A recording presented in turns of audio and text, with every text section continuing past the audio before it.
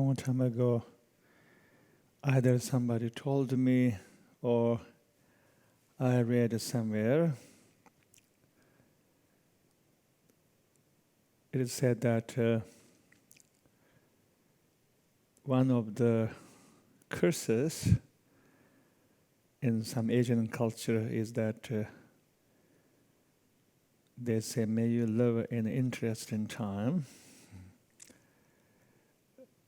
Obviously, we are living in very interesting time, even though it sounds very exciting.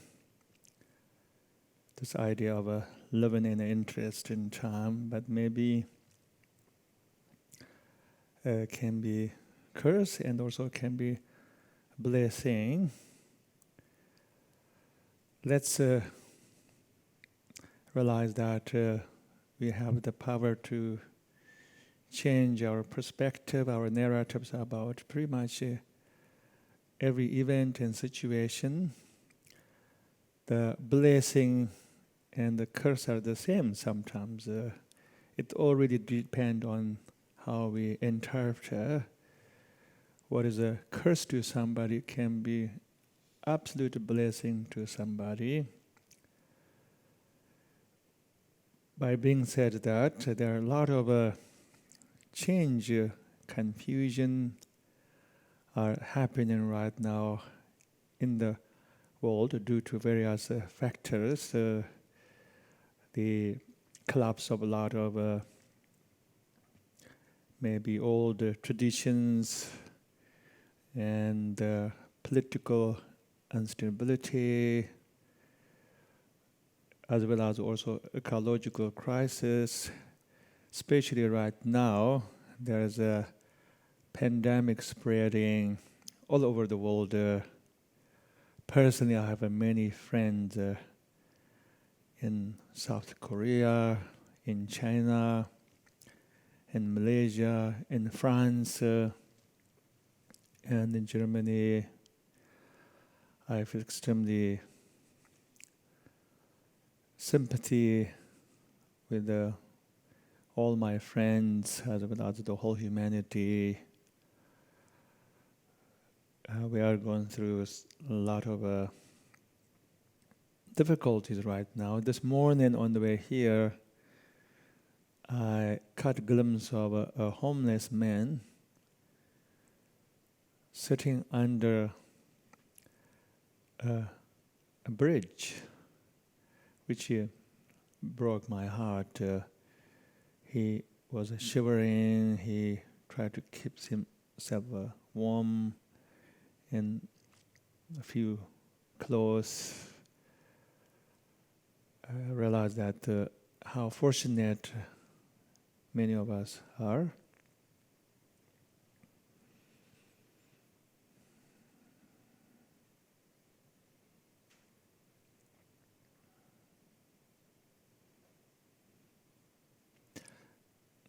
World seems to be going through also a very powerful purification or karmic purification, not for the worse, but for the better. It's important for us to remember the silver lining of all this confusion and the craziness out there. This is a time for us to recall or invoke a sacred model. This can be very useful methods to quiet our mind and to be in touch with our best nature, where there's a dignity, courage, and compassion. There are many sacred models that people have been using in order to find the dignity in themselves. Almost every spiritual tradition have their own sacred model. For me, one of the most powerful sacred model is the Buddha. the Shakyamuni Buddha. Even though we haven't met with the Shakyamuni Buddha, but we do have some idea about who Buddha is. Of course, we don't know exactly every details about Buddha's life and he who was, but as a collective aspiration, we do have this quite clear idea of what who Buddha is, what Buddha will do. Buddha is somebody who embodies dignity, love, compassion, even though he was a human being. Basically, you might like to say Buddha was an extremely cool guy. That's how I describe who he is. He was a really cool guy. There's a term that we need lots of people who are cool. So Buddha was very cool. You know, sometimes people ask me about my spiritual masters, Lama Tserlo, Kampo Chimpil, and I feel that I have to describe some kind of grand version of who they are, like they are being this exalted, some kind of transcenders. And perhaps the people who ask me such question might have this expectation that I'm going to say something about my spiritual masters that is extremely mind-blowing, extra mundane. And one time I felt that the best way I can describe my spiritual masters is to say they are extremely cool. My teachers were really cool. Lama Tserlo was extremely cool. He was a cool guy. So Kampo Chimpil. I know this sounds really too ordinary. Please do not think that I'm not having enough reverence or devotion to my spiritual masters. By the way, I do have the utmost reverence and love and devotion towards my spiritual masters. Even today, I feel extremely fortunate and lucky that I met with some of these amazing spiritual masters who were true bodhisattvas, in my opinion. But when I said they're cool, I'm trying to really describe who they are in a more accessible, very down-to-earth expression. And they're very dignified, they are loving, they're compassionate. I remember that my spiritual masters were able to hold their dignity, their love, their courage in the face of all situations. That's why I call these teachers are very cool. In the same way, Buddha was extremely cool. I think many people have some idea about who Buddha is. That's why if you go around, even here in the city of Berkeley or Richmond, you'll find that lots of people are displaying the image of Buddha in their garden, because the image of Buddha invokes something very noble in themselves. Because the image of Buddha or the life of Buddha symbolize dignity, calmness, courage, compassion. And maybe a week ago, I participated in a meeting where we were chatting with a nice food, and then somehow we start talking about people, which is inevitable these days. In every conversation, we talked about people. lose our awareness, our dignity when we talk about other people. Our mind has this tendency to jump into old habit, which is a judging, criticizing, dehumanizing. And at one point, this thought occurred in my mind: what Buddha would do, what Buddha would say about this person right now if Buddha is here. In that moment, some powerful shift happened in my consciousness. I realized that often in our speech, when we talk about other people, we tend to lose the dignity, the compassion, and we often forget that all human beings are intrinsically divine, and they're not really different from each of us. And all human beings have a Buddha nature. We tend to forget that in our conversations when we talk about other people. And from there on, this phrase kept coming back to my mind. What would Buddha do? This is my mantra right now. And today I would like to share this mantra with all of you.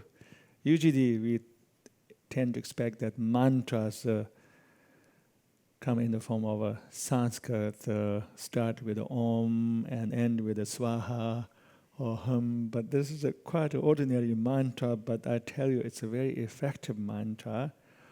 What would Buddha do? This is a mantra that we should remember to recite either out loud or in silence. Personally, I have been reciting this mantra all the time since then. Believe or not, and there are many moments in each day where you feel that this mantra is extremely helpful. It's not like that we need some kind of major challenge to recite this mantra and to feel grounded and to feel that we're in touch with our divine nature. But even in an ordinary day, when everything's okay, there are so many moments in which that we can use this mantra.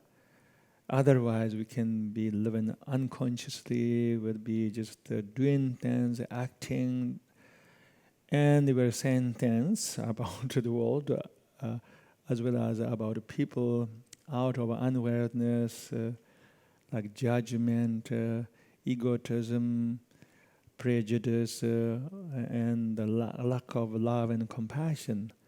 And therefore, amazingly, there are so many moments in each every day where we can remember this simple phrase, this mantra: what would Buddha do? If Buddha is here right now, what would he do? What would she do? If Buddha is talking about such a person, what would Buddha say about that person? Would Buddha call that person many names? Or would Buddha say kindly about that person? Or if we are going through some, of course, major challenges like a pandemic, illness, loss, what would the Buddha do? How would he react?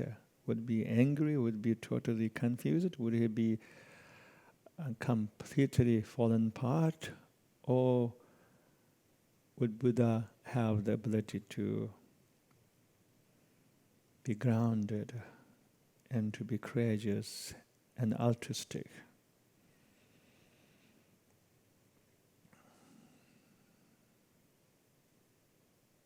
Not only in the faces of these major challenges, but in your relationship with the world every day, as well as in your relationship with the people in your everyday life. There are going to be many moments where this mantra is going to be extremely helpful if we can remember.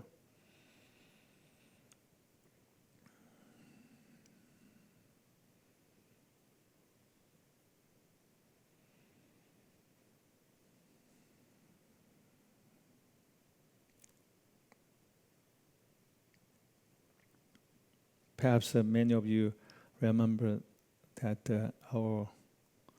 the former First Lady, Michelle Obama, said something truly profound. Didn't she say, when they go low, we go high? And that was, to me, extremely profound advice as well as a saying. I use that phrase in my spiritual practice, and I sometimes quote that phrase in my talks. It's another phrase that we like to remember. You see, there are some phrases, verses, and mantras that really have the power to invoke our goodness or our best self. That is one of them. When they go low, we go high. And sometimes you may feel the whole world is gone a little bit low. It could be our own perception.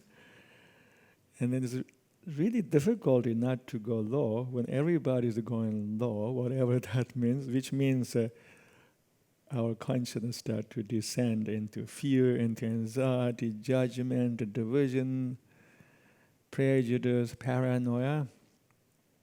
And to go high means that our consciousness began to ascend, which is to go into the love, compassion, acceptance, forgiveness, courage, transcendence.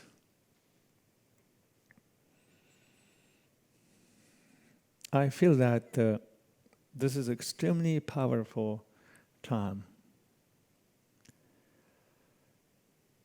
I already sent out some letters to many of you. My perspective on the time that we are living in is neither good nor bad. It's a very exciting time. In many ways, this is a really good time. If I have choice to go back to the past, I would not choose. I actually very much love this time in the history of humanity where so many good things are happening. And a lot of the confusions and instability that we're experiencing are indeed is a very healthy sign, a sign that the world is self-correcting. And there are a lot of things that we humans have been doing are not healthy, we're not even okay. And we are awakening as species and to realize that some of these things that we have been doing are not okay. They're not really good to the humanity. They're not good to our future generation. And then also with the other forces like ecological crisis, political instability, and then pandemic. This is a very powerful time where we just can't sit around easily. Good luck with that if you can just sit around. But perhaps many people feel that somehow they're a little bit challenged. When I talk to people, they all feel that they're a little bit challenged. Not only the spiritual people, but I talk to all kinds of people, my neighbors who are not officially Buddhist. And most people tend to say that they're kind of challenged these days with everything that is happening in the world. And therefore, this is a really powerful time. And it is a time for us to become a bodhisattva. If we don't make that conscious choice to become bodhisattva or to become like Buddha, even though maybe it's difficult to be like Buddha, but at least to invite Buddha as a sacred model that we want to follow. If we don't make that conscious choice, and then I think it's very easy for us to lose our dignity, coolness, and allow ourselves to be just immersed into collective delusion, collective anger, collective confusion, collective anxiety, which are cooking right now everywhere. So easy to lose our coolness, if I can say that right now. That may not be true in the past, maybe 20 years ago, 30 years ago. And now it's very easy to react to what is happening because and there's so many things that are happening in the world that can trigger us, our whatever, all these primitive impulses. And therefore this is a very powerful time to lose our dignity or to make the conscious choice to go high. And I feel that this is like a most rapid, rich time, opportunity to practice develop bodhisattva and to go high and to have almost a very powerful awakening and transformation. That's how I feel. I feel that maybe it takes many years and old days to experience very powerful transformation. Maybe it takes, who knows, years. You could be meditating in caves in old days where somebody will come to you and bring food and nobody would bother you. There are no cell phones. You'll be quite happy.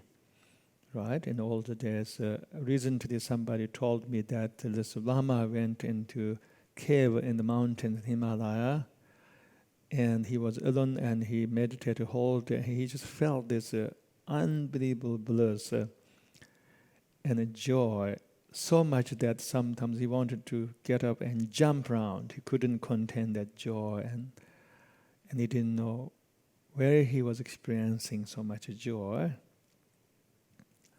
In the old days, when life was much simpler, without all the social media, people did a lot of meditation retreat. They went into the caves, monasteries, practiced it.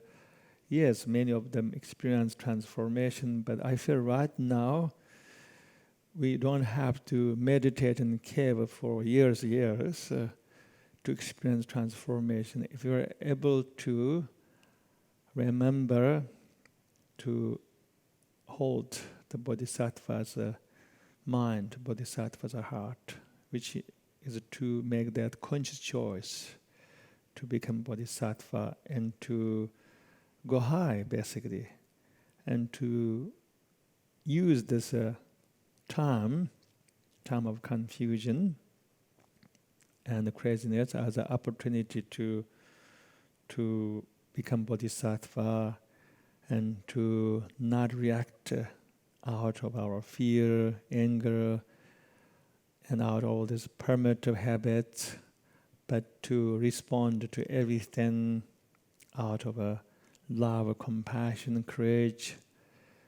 And then in the end, we may come out as a very much awakened, matured bodhisattva and with a much bigger heart and with lots of wiser wisdom. And so we perhaps don't have to meditate in the caves for years. These days, even one day can be quite challenging too. Have you noticed it? Even one day is kind of challenging too.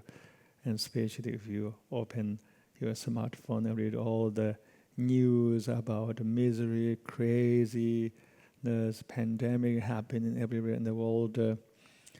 And then I personally don't have a Facebook account. My friends set up a Facebook for me, but perhaps some of you have a Facebook, and if you read your Facebook, there are a lot of information that can really challenge your triggers, anxiety, anger, judgment, and so forth. Therefore, even one day is kind of powerful these days. And so if you are able to experiment with one day, trying to bring Buddha as a sacred model and to respond to the world and to everything that is unfolding from the higher state of consciousness, towards the end of the day, you may feel you're really transformed as if you have been meditating in caves in the Himalayas for the last 3 years. This is good, isn't it? It saves lots of time. And somehow, especially in the secular culture like United States, there's not so much sacred models anymore. Maybe I could be wrong. Who's going to be the sacred models right now? People are becoming more and more secular, less religious, and therefore there's not so much this sense of sacredness. There's no sacred really model. And then, of course, our models right now, our ethical models, are supposed to be politicians and celebrities. I don't know whether you want to take them as a sacred model. Sorry to say that. Do you have any mind in your mind, some politicians or the head of country that you wanted to take him as the sacred model and want to follow him? I don't know about that. And then there are celebrities, movie stars. My question to the modern people in the secular culture is, who's going to be a sacred model? We need to revive some kind of sacred model. And therefore, today, Buddha is like a perfect sacred model to all of us, to everybody, because the Buddha somehow invokes immediately the best part of ourselves, our best self, our true nature, our divinity.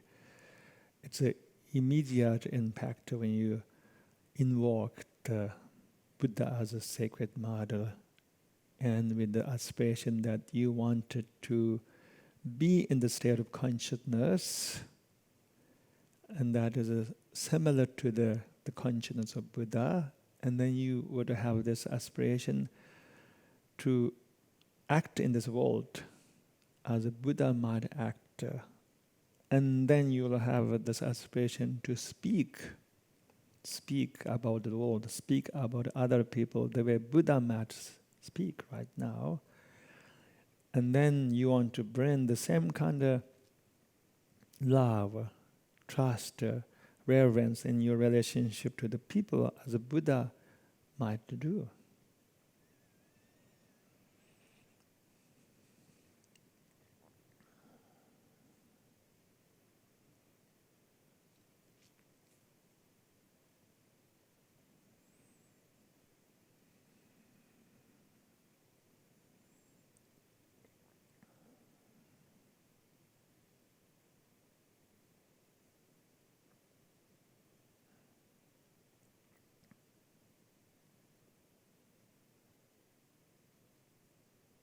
Let me invite all of you to call another sacred model, which is the Tara, the Arya Tara.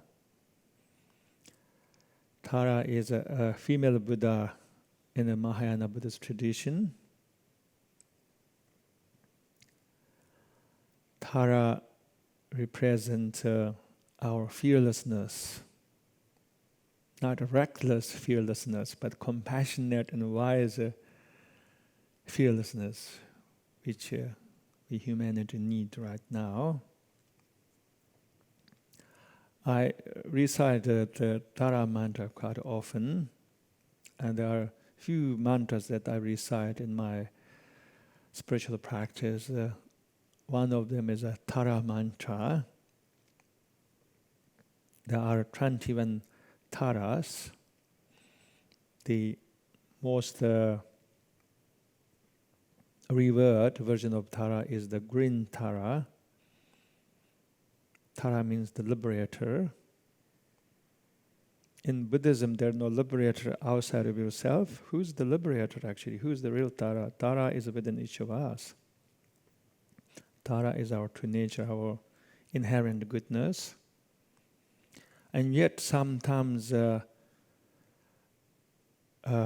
sacred model or sacred imageries are required in order to invoke the Dharma, the true Dharma within each of us. In this context, the true Dharma is a your state of consciousness that is a free, enlightened, full of compassion.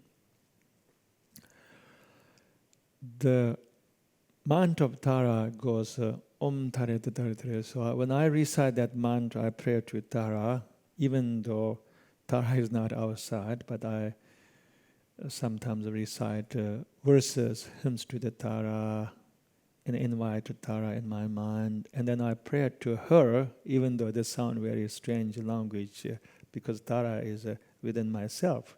I pray to her to protect me, liberates me from my fear, from my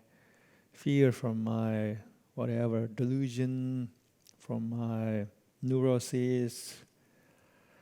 I found that it's extremely powerful practice to do that, because sometimes we don't look inside, and we really don't see how destructive our neuroses, our delusions can be. We even don't know how destructive our neuroses are and how much suffering that are causing to oneself and to the world. And therefore, reciting the Dharmata with that attitude helped me to bring about a self-knowledge and to really turn my attention inward and to ask the Tara to protect me from myself, which is the best form of a prayer. The mantra goes Om Tare Tare Tare Swaha. And today I would love to invite all of you who are listening to this teaching to recite this mantra with me and pray to the Tara with me. Let me recite a hymn, a verse to the Tara in Tibetan, and then together we'll chant this mantra. And also, we Tibetans have been chanting the Tara mantra for healing. When somebody is sick, we chant the Tara mantra, and therefore this would be like perfect mantra to recite for the healing of the humanity right now, externally and also internally.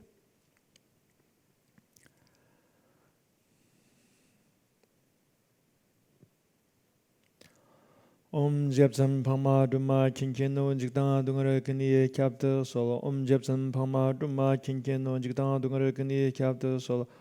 Om Jepsam Pama Duma Kinkeno Jigdan Dungara Kani Capta Solo.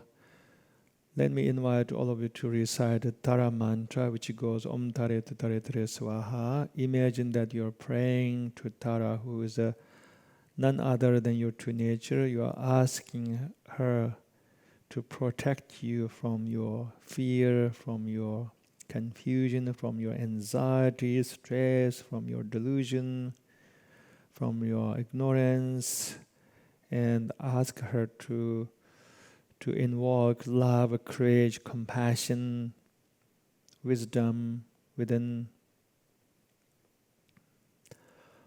Om Tare Tare Tare Swam Tare Tare Tare Swam Tare Tare Tare Swam Tare Tare Tare Swam Tare Tare Tare Swam Tare Tare Tare Swam Tare Tare Tare Swam Tare Tare Tare Swam Om Tare Tare Tare Swam Tare Tare Tare Swam Tare Tare Tare Swam Tare Tare Tare Swam Tare Tare Tare Swam Tare Tare Tare Swam Tare Tare Tare Swam Tare Tare Tare Om Dare Dare Om Dare Dare Om Dare Dare Om Dare Dare Om Dare Dare Om Dare Dare Om Dare Dare Om Dare Dare Om Dare Dare Om Dare Dare Om Dare Dare Om Dare Dare Om Dare Dare Om Dare Dare Om Dare Dare Om Dare Dare Om Dare Dare Dare Om Dare Dare Dare Om Dare Dare Dare Om Dare Dare Dare Om Dare Dare Dare Om Dare Dare Dare Om Dare Dare Dare Swa Om Dare Dare Dare Om Dare Dare Dare Om Dare Dare Dare Om Dare Dare Dare Om Dare Dare Dare Om Dare Dare Dare Om Dare Dare Dare Om Dare Dare Dare Swa Om Dare Dare Dare Som Dare Dare Dare Som Dare Dare Dare Som Dare Dare Dare Som Dare Dare Dare Som Dare Dare Dare Som Dare Dare Dare Som Dare Dare Dare Som Dare Dare Dare So Om Dare Dare Dare Som Dare Dare Dare Som Dare Dare Dare Swaha. Let's sing this mantra together. Om Tare Tun Tare Tere Sava Om Tare Tun Tare Tere Sava Om Tare Tun Tare Tere Sava Om Tare Tun Tare Ture Sava Om Tare Tun Tare Ture Sava Om Tare Tun Tare Ture